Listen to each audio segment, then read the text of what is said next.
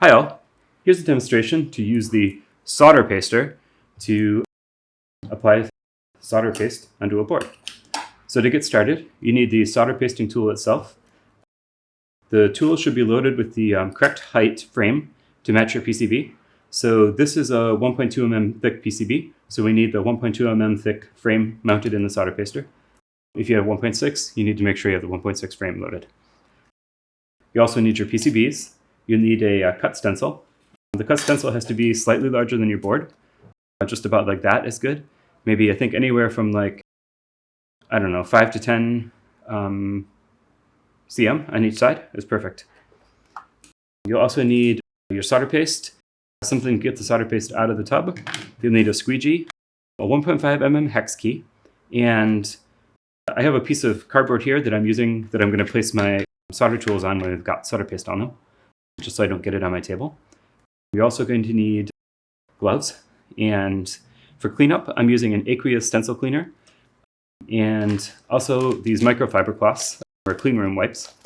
I recommend these instead of paper towels because if you have a cleaning cloth that has fiber in it, when you wipe on these small details, you're going to get tons of fiber in these holes, and it's going to cause all kinds of problems.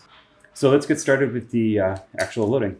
So first thing, I'm going to take this PCB, push it into the corner, kind of like that. Now I'm going to take my side rail here, and I'm going to push it up just about like that on the airhead. You don't want to push too hard because you're going to want to be able to pull the PCB out later. And if you push it really hard, the PCB is going to be stuck. So I'm going to drop in the top and bottom here while holding it down in place. Now I'm going to just try and take the PCB out. It looks like it's fine. So it's pretty tight in there, but it's not totally stuck. And then you want to do the same thing for the bottom. You want to push it up so it's well in place, but not too hard. Kind of like that. It doesn't need to be smashed in place because when you scrape from the top, you're not going to put much sliding force on it. You're mostly just going to be pushing down, so it won't move around when you're applying the stencil. The next thing we're going to want to do is put our stencil on the board. So this part requires a little alignment. You want to loosen these 3 screws to get this hinge to come out, like that. So once I've got this aligned in place, and you might take more time if you have more complicated stencil or so on, then you want to just clamp these down. You want to push this hinge part back kind of as far as you can go, and then turn down the screws. And the reason you want it farther back is because to get the board out, you're going to need to lift the stencil. And the farther back it is, the more bending radius you have. And so the easier it will be to lift the stencil up. And then you can move it around a little bit to show that it doesn't actually move. You can actually pick up this whole thing, put it under a microscope, and take a look. And that will let you know really quickly if you've got the alignment correct or not. So everything there looks good to me. So next thing we'll do is we'll do the actual solder pasting. So put on some gloves. This solder paste doesn't have lead in it. It's a lead-free version.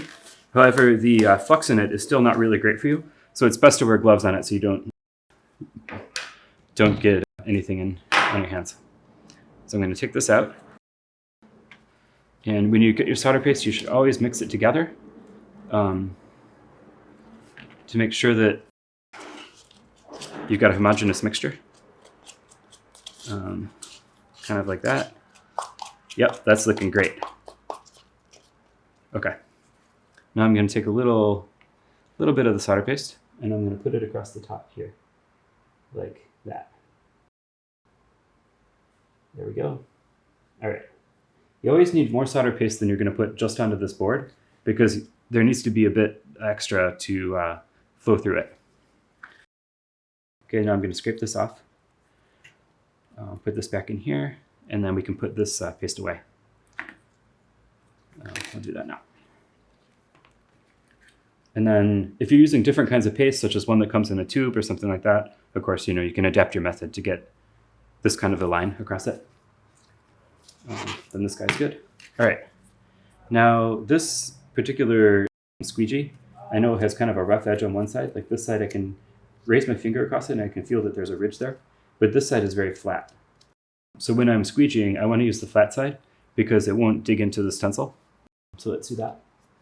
And what I'm going to want to do is get a even line of the paste across the top of this. So I'm going to kind of like hold it up kind of straight and just like pick up all of the paste on it until it looks good. And then drop it down and then do it again.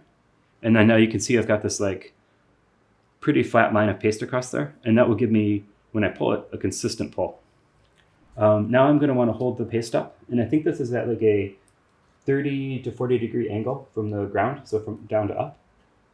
And then basically just pull it.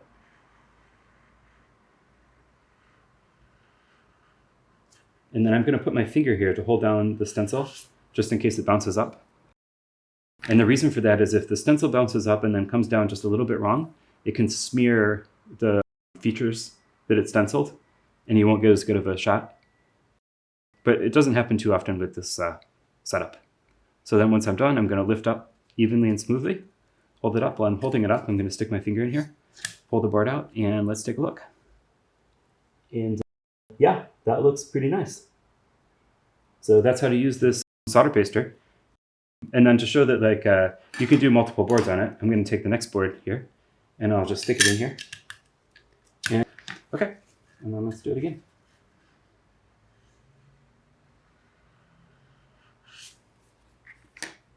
Pick it up, and then let's take a look.